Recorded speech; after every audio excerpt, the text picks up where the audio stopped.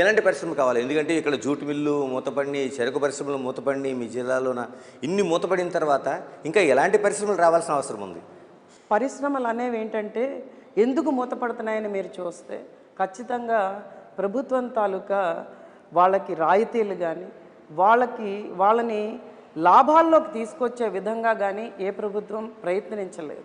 ఆ ప్రభుత్వం ప్రయత్నించేటట్టుగా స్థానిక నాయకులు ఎవరు కూడా ఈ సమస్యల్ని బలంగా తీసుకెళ్ళలేదు ప్రభుత్వం దగ్గరికి. ఖచ్చితంగా పవన్ కళ్యాణ్ గారు, చంద్రబాబు నాయుడు గారి నాయకత్వంలో నేనైతే వాటిని బలంగా తీసుకెళ్తాను. ఎందుకంటే మనకు అర్థం కావాలి. ఈరోజు మీకు ఒక విషయం చెప్తాను. ఇక్కడంతా కాలుష్యంతో నిండిన పరిశ్రమలు తీసుకొచ్చారు. ఆ పరిశ్రమలన్నీ కూడా వ్యర్థాలని అడ్డగోలుగా భూముల్లోకి వదిలేస్తున్నాయి. నెల్లిమల్ల నియోజకవర్గాన్ని ఇలాగే వదిలేస్తే వాళ్ళకి, ఆ కంపెనీలకి మనం కొమ్ము కాస్తూ ముందుకి నాయకులు నడిపిస్తే ఈ ప్రాంతాన్ని ప్రజలందరూ వదిలేసి వెళ్ళిపోవాలి. మీరు ఆల్రెడీ చూస్తున్నారు. తాడి గ్రామం విశాఖపట్నంలో ఫార్మాసిటీ పక్కనే ఉంది. వాళ్ళు పునరావాసం కల్పించమని ఈరోజు అడుగుతున్నారు వాళ్ళందరూ కూడా.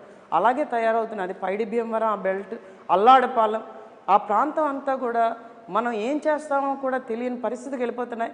పోనీ ఈ పరిశ్రమల్ని మేము భరిస్తాం, ఇటు దివీస్ భరిస్తామని ఇక్కడ ప్రజలు అంటూ ఉంటే వాళ్ళకి ఉద్యోగ అవకాశాలు ఇవ్వట్లేదు, నాయకులు పట్టించుకోవట్లేదు.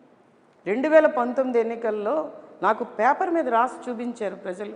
ప్రతి పంచాయతీకి, మాకు 101 పంచాయతీలు ఉన్నాయి, ప్రతి పంచాయతీకి నేను ఖచ్చితంగా 5 ఉద్యోగాలు ఇస్తానని ఈ స్థానిక ఎమ్మెల్యే, వైఎస్ఆర్సీపీ ఎమ్మెల్యే ప్రామిస్ చేశాడు.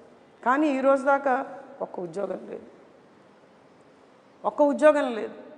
కనీసం వెళ్తే కూడా మాట్లాడట్లేదు. యువత అందరూ ఖాళీగా ఉంటున్నారు. ఎంఎస్సి ఆర్గానిక్ కెమిస్ట్రీ చేసిన ఒక అమ్మాయి ఈరోజు వైఎస్ఆర్సీపీ వాలంటీర్గా పనిచేస్తున్నదంటే చూడండి ఎంత దరిద్రం. 5,000 రూపాయలకి. అంటే ప్రభుత్వంలోని చిత్తశుద్ధి ఉండాలి, స్థానిక నాయకుల్లో చిత్తశుద్ధి ఉండాలి. నడిపించే బలమైన నాయకుడు ఉంటే ఖచ్చితంగా అభివృద్ధి బాటలోకి వెళ్తుంది. సంక్షేమం అందాల్సిన వాళ్ళకి అందాలి, అభివృద్ధి అందాల్సిన వాళ్ళకి అభివృద్ధి అందాలి. మన సంక్షేమంతో కూడిన అభివృద్ధిని తీసుకెళ్తేనే ఏ ప్రాంతమైనా బాగుపడుతుంది.